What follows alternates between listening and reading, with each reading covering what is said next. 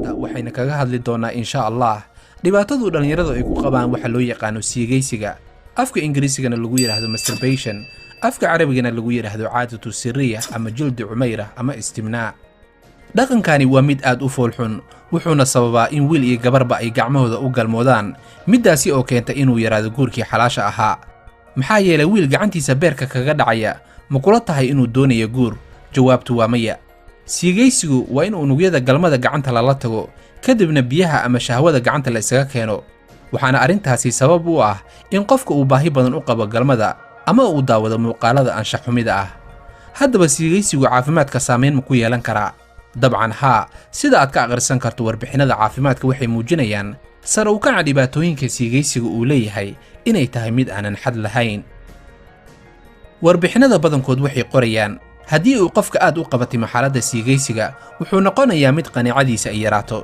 yacni xitaa haddii uu 4 xaas guursado ma dhaafayo dhaqankaasi ah siigaysiga waxaa jira warbixino lagu sheegay in siigaysigu uu yahay caafimaad haddaba haddii ay sidaasi tahay waa maxay taaha ama cabaadka ka soo yeeraya ragga dhalinyarada ah ee hablaha iyo wiilashaba isugu jira haddaba waa maxay xanuunka baas ee saameeyey jirkooda waxaan dhihi karnaa 10kii wiil ee meel wada fadhiya 9 ka mid ah ayaa gacmahooda ka sinaysta oo aananba diyaar u ahayn inay guursadaan iyo hablihii oo iyagana iska dhigay kuwa buur dahab ka samaysan waalidkii oo aanan ogayn dhibka iyo rafaadka carruurtooda haysta oo har iyo habeenba carruurtooda ay kaga dhammaan la'san yihiin suuliga rag iyo dumar badan ayaa ku andacoonaya in siigada ay kaga gaashaantaan ku dhicidda zino iyo faaxisho laakiin waxaba ka hoos baxsan in tanina ay tahay faaxisho midii ugu weynayd maxaa yeelay gacmahooda ayay la galmoonayaan haddaba barnaamijkani waxaanu ku soo qaadan doonaa sida dhaqankaasi foosho xun dhalinyarada wiilasha iyo gabdhahaba isaga dhaafi karaan inkastoo haddana aad dhaqan ka dhigatay waxaase hubaal ah qofkii aad la weynay si dhab ah u gargaar weydiista inuu ka samatabaxayo dhibkaasi inta aan u gudagelin qaabka ama nidaamka aad isaga joojin karto dhaqankaasi aad gacantaada kaga ashahadisay waa run waa sidaasi gacantaada way kaa soo dacwootay wiil yahow ama gabar yahay caadaysiga siigada waxay keentaa dhowr dhibaato oo caafimaad dara ah oo ay ka mid yihiin daal iyo tabardari joogto ah xanuun kaaga dhaca dhabarka qaybtiisa hoose heer aad dhakhtar u tagto timaha oo yaraadaan ama daataan dareen la'aan iyo biyobax degdeg ah howlgab dhanka dareenka kacsiga kugu dhaca aragga oo caad kaa yeesha waqtiyada hurdadaada oo aad u yaraata waxaana lagu magacaabaa insomnia bisqinleyda ama xaniyaha oo ku xanuuna xanuun iyo casiraad joogto ah oo laga dareemo maqurmiskeedka ama dabaqanaanta qofka oo ku walfa ama qabatima dhaqankani welibana waxaa laga yaabaa inaadan dhaqankani weligaa iska goyn weydo xitaa adiga oo guursaday wuxuu kaloo keenaa waxa loo yaqaan semen leakage oo ah in biyaha ay soo dareeraan iyadoo aan wax dareen kacsi ah uusan jirin sida kaadida oo kalena ay kaaga soo daataan dhibaato nafsaani ah sida hilmaamidda iyo xifdin la'aanta iyo inaad xiisayso ama aad qabatinto daawashada muuqaalada foosho xun nuucay doonaanba ha ahaadaane iyo kuwo kale oo aanan halkaani ku soo koobi karin dabcan 11kaasi qodob 10 ka mid ah dhammaantood waad isku aragtay laakiin dhibaatada taagan waxay tahay inaadan diyaar u ahayn inaad xaqiiqda istusto haddaba sidee isaga dayn kartaa dhaqankaasi ugu horayntii jooji daawashada muuqaalada dareenka kicinaya waxaa habboon inaad naftaada runta u sheegto go'aanna aad ku gaarto sida aad isaga xiri lahayd janaalada ama websaydyada muuqaalada foosho xun la soo geliyo adigoo iska xiraya ama balog saaraya waxaa jira waddooyin badan oo aad isaga xiri karto websaydyada ama tiiviyada muuqaalada foosho xun la soo geliyo ee beenta ah oo ay ka mid tahay inaad la xiriirto shirkadda internetka bixisa oo aad ka codsato inay kaa xiraan muuqaaladaasi sidaasi oo kale waa inaad ka fogaataa daawashada filimada ay ku jiraan muuqaalada dareenkaaga kicin kara oo afka Englishka lagu yiraahdo explicit contents ma ahan muuqaalada galmada oo kaliya waa inaad ka fogaataa wax waliba oo keeni kara dareenkaaga rabitaanka galmada ah ha ku nagaadin suuliga ama musqusha ogow walaal odagii shaydaan ahaa inuu suuliga kuu fadhiyo markaad musqusha gasho isku day inaad sida ugu dhaqsiyaha badan kolka danahaaga ugu soo dhamaysato inaad dhaqsi ugu soo baxdo ha ku nagaadin suuliga dhexdii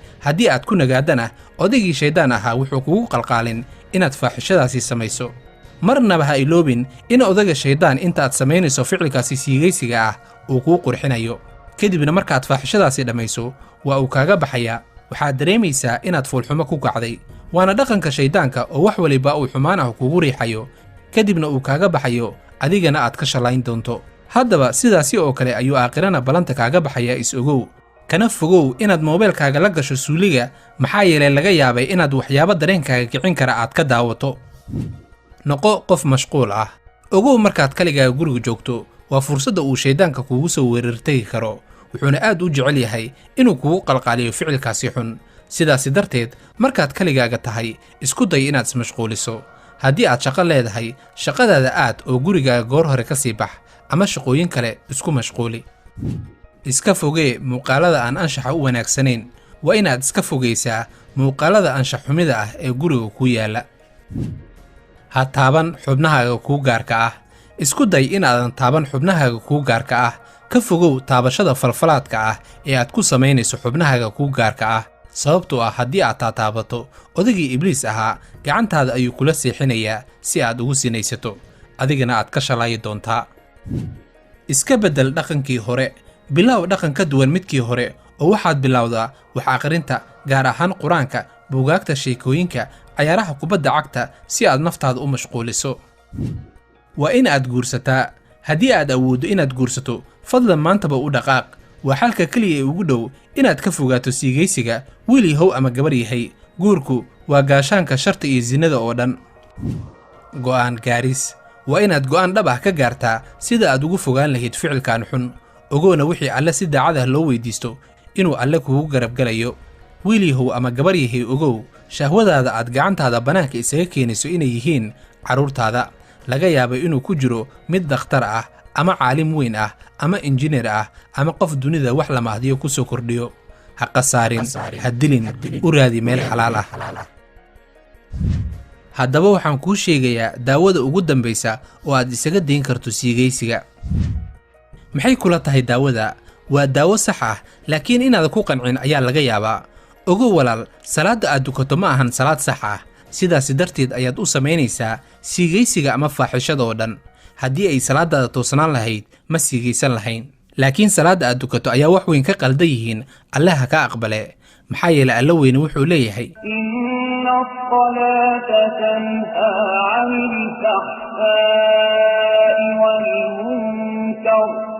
xaqiiqdii salaaddu waxay hor istaagtaa oo kuu diiddaa faaxishada iyo dembiyada waaweyn nuuca ay doonaanba ha ahaadeene, sino, galmada aan bannaanayn oo siigada ay ka mid tahay, iyo munkarka, shirkiga iyo kufriga oo dhan. waxyaabaha laga dhaxlo waxaa ka mid qofka marka oo kale u siigaysto in maxaa la dhahaa isheega oo raaxa helo.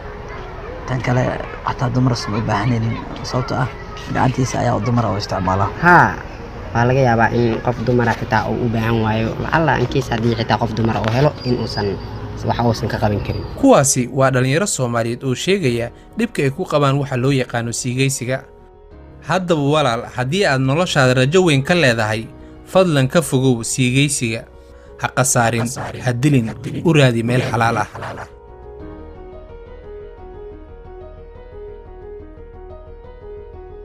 إن العادة السرية عند المرأة أخطر من العادة السرية عند الرجل. العادة السرية عند الرجل ما فيهاش هذه المخاطرة. المرأة حينما تضع يعني إصبعها أو تضع شيئا، بعض الناس تضع أشياء وهذه أشياء هذا تخاطر، خصوصا البكارة يعني مسألة حساسة، وهذا الغشاء يعني ممكن أي عبث به يضيعه ويعرض المرأة للتهمة.